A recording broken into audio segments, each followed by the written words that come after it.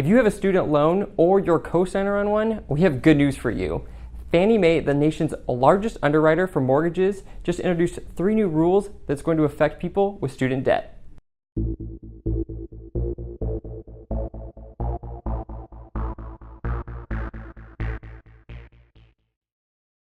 These new rules can make it easier to get a mortgage, and they can make it easier to pay off your or your kids' student loans.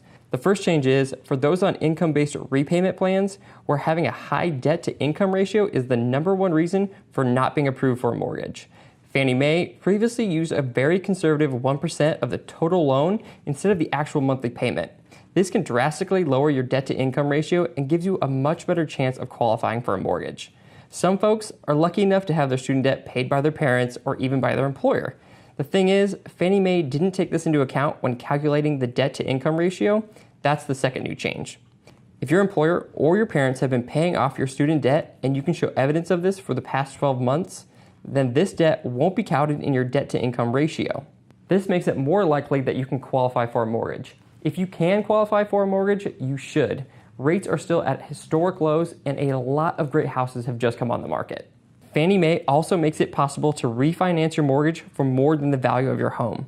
Normally, there is a 0.25% fee that applies to any cash you take out in this way.